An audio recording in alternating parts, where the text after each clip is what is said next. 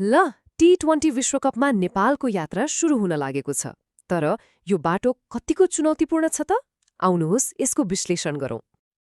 टी20 क्रिकेटको सबैभन्दा ठूलो मञ्चमा नेपालले तेस्रो पटक प्रतिस्पर्धा गर्दैछ। सन् 2014को त्यो ऐतिहासिक डेब्युपछि हाम्रो टोली फेरि एकपटक विश्वलाई चकित पार्न तयार भएको छ। टोलीको लक्ष्य एकदमै स्पष्ट छ।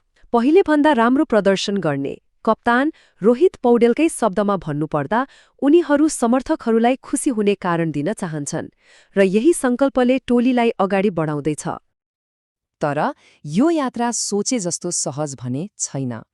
नेपाल च्याम्पियनहरूको समूह अर्थात् ग्रुप सीमा परेको छ, जहाँ हरेक खेल एक अग्नि परीक्षा जस्तै हुनेछ। यो समूहमा हेर्नुस् त, एकातिर इङ्ल्यान्ड र वेस्ट इन्डिज जस्ता दुई पटकका विश्वविजेता छन् भने अर्कोतिर स्कटल्यान्ड र इटाली जस्ता एसोसिएट राष्ट्रहरूले चुनौतीलाई झनै कठिन बनाएका छन्। र लक्ष्य त एकदमै ठूलो छ। अर्को चरण अर्थात् सुपर 8मा पुग्नका लागि नेपालले यो कडा समूहमा शीर्ष 2 भित्र रहनै पर्छ। यो एक कठिन तर असम्भव नभएको लक्ष्य हो। ल त्यसो भए सबैभन्दा पहिले समूहका 2 महारथीहरूको कुरा गरौँ, इङ्ल्यान्ड र वेस्ट इन्डिज। यी दुवै टोलीले पहिले नै विश्वकपको उपाधि उछालिसकेका छन्। इङ्ल्यान्ड विश्वको तेस्रो वरियताको टोलीको रूपमा प्रतियोगितामा प्रवेश गर्दैछ र उनीहरू डिफेन्डिङ च्याम्पियन पनि हुन्।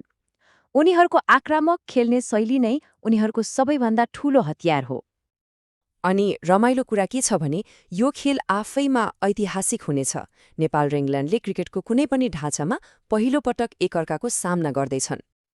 समूहको अर्को महारथी हो वेस्ट इन्डिज।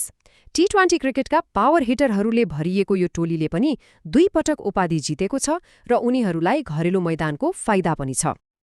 तर यहाँ एउटा आश्चर्यजनक कुरा छ। हेड टु हेड रेकर्डमा हेर्ने हो भने नेपाल अगाडि देखिन्छ। यो गत अक्टोबरमा वेस्ट इन्डिज ए विरुद्धको ऐतिहासिक श्रृङ्खला जितका कारण हो। तर यहाँ एउटा महत्त्वपूर्ण कुरा बुझ्न एकदमै जरुरी छ। त्यो ए टोलीबाट केवल 2 खेलाडी जेसन होल्डर र अखिल होसेन मात्र विश्वकपको मुख्य टोलीमा छन्। यसको मतलब के हो भने नेपालले अब सामना गर्ने टोली पूर्ण रूपमा फरक र निकै शक्तिशाली हुनेछ। ल च्याम्पियनहरूको कुरा त भयो।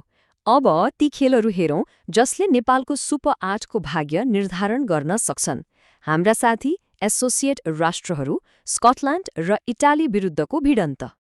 14औं वरियताको स्कटल्यान्डले अलि अप्रत्याशित तरिकाले विश्वकपमा आफ्नो स्थान सुरक्षित गरेको हो, जसले उनीहरूलाई हरेक हिसाबले एक वाइल्ड कार्ड टोली बनाउँछ। यी 2 टोली बीचको इतिहास पनि एकदमै बराबरीमा छ। अहिलेसम्म भएका 2 खेलमा दुवैले 1-1 जित निकालेका छन्, जसले यो खेललाई झनै रोमाञ्चक बनाउँछ। र अब भेटौँ समूहको नयाँ खेलाडीलाई, इटाली। युरोपेली क्रिकेटको यो उदाउँदो शक्तिले विश्वकपमा आफ्नो ऐतिहासिक डेब्यू गर्दैछ। तर उनीहरूलाई नवप्रवेशी भनेर कमजोर आँक्ने गल्ती गर्नु हुँदैन, किनभने क्वालिफायरमा स्कटल्यान्डलाई नै हराउनु र पूर्व दक्षिण अफ्रिकी अन्तर्राष्ट्रिय खेलाडी जे स्मिथ जस्ता अनुभवी खेलाडी टोलीमा हुनुले उनीहरूको क्षमता प्रमाणित गर्छ। त्यसो भए यो सबै कसरी अगाडि बढ्छ त? ल अब यो कठिन यात्राको खेल तालिका हेरौँ।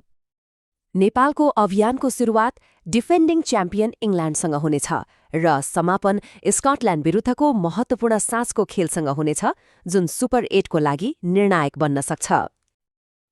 पूर्व च्याम्पियनहरू र बलिया प्रतिद्वन्द्वीहरूले भरिएको यो समूहमा बाटो कठिन छ, तर असम्भव भन्ने छैन।